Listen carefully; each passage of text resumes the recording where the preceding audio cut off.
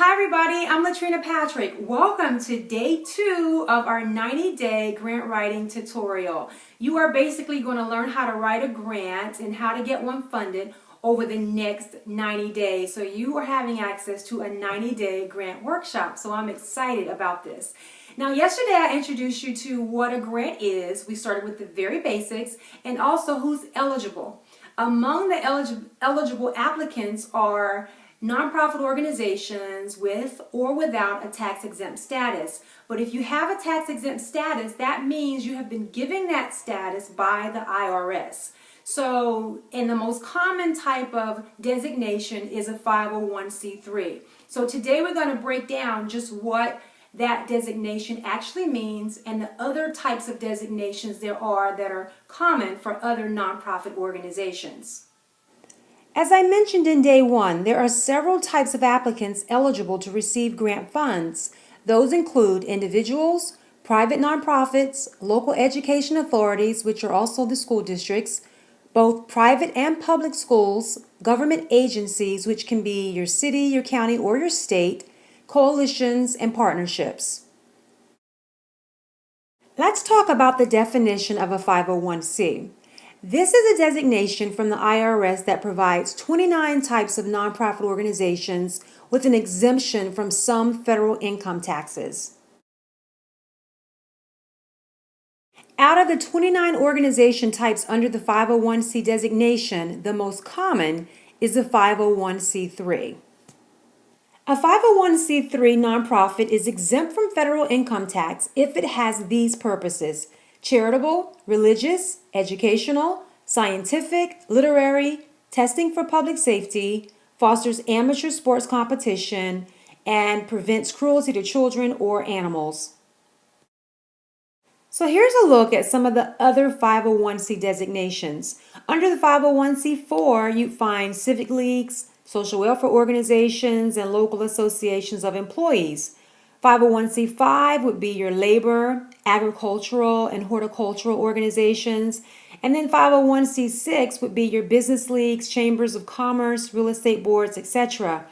There are a total of 29 of these different designations, so you really need to do your research to see which designation is appropriate for the type of organization you'd like to form. So remember, you can be a legitimate nonprofit organization without that designation. However, it will limit your funding options. Now, before you start to applying for a tax-exempt designation from the IRS, you really need to do your research and make sure that you are applying for the most appropriate designation. It costs money to apply for this designation from the IRS, and they are not giving refunds. So make sure that what you're doing is really the appropriate designation application, because nonprofits and people starting out just don't have that kind of money to waste and throw away for the wrong thing. So be very mindful of that. And also, applying for a tax-exempt designation is something that you can do on your own. With a lot of time and patience, it's not unheard of for individuals that have their own organizations to do their application themselves. But you have to know that this is a process. I mean, it can take anywhere upwards to from 9 months to a year. So you want to be mindful of that. There are people who pay a CPA or a lawyer to do that, and it's highly recommended if you can afford it, because it does expedite the process. There are some lawyers or CPAs who are so good at this that they can get this thing done in 6 weeks or 6 to 8 weeks. That's not the norm, and you really have to have all your ducks in a row to be able to get something expedited like that. But it is possible. But on average, with someone doing this who actually knows what they're doing, it takes about 6 to 9 months, okay? And just know that it's a lot of back and forth. So don't be discouraged if you try to apply for this designation and you get things back from the IRS numerous times. That's a part of the process. So don't be discouraged. You are capable of doing this. Another part that goes along with eligibility is when you want to make sure that you are fiscally capable. Funders are looking for that fiscal capacity and the human capacity when it comes to the amount of people working for your organization, things like that. But it's very important that you realize that when you have a nonprofit organization, the only difference between a nonprofit organization and a for-profit organization is what you do with your profits.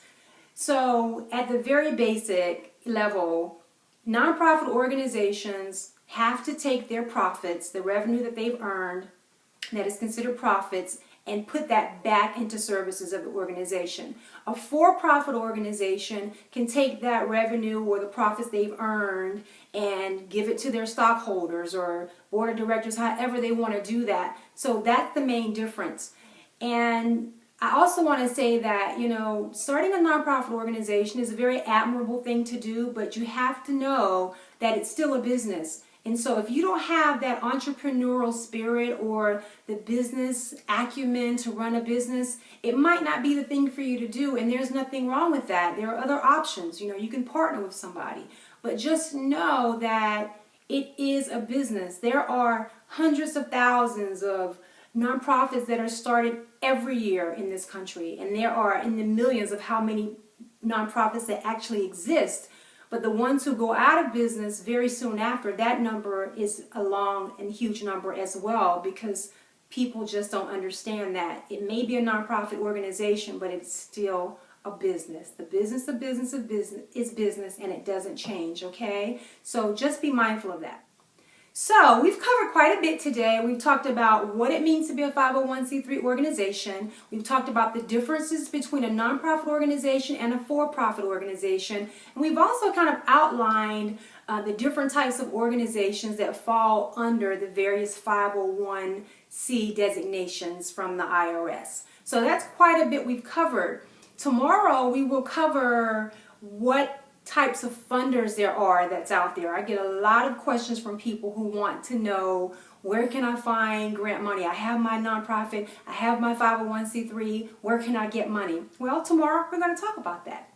In the meantime, if you have any questions or comments about this specific episode, I really hope you'll leave your comments in the comment section for me and for others, because what you want to ask, someone else probably does too, and we could all benefit from knowing the questions and the responses. If you have something a little more specific that you want to ask me that's a little more personal, feel free to send me an email to lpatrick, I have so many emails, lpatrick@greatervisionconsulting.com. All right, and I'll be glad to get those questions answered for you. But I look forward to having you back here tomorrow. I hope you'll join us as we talk about the types of funders that are out there. See you tomorrow.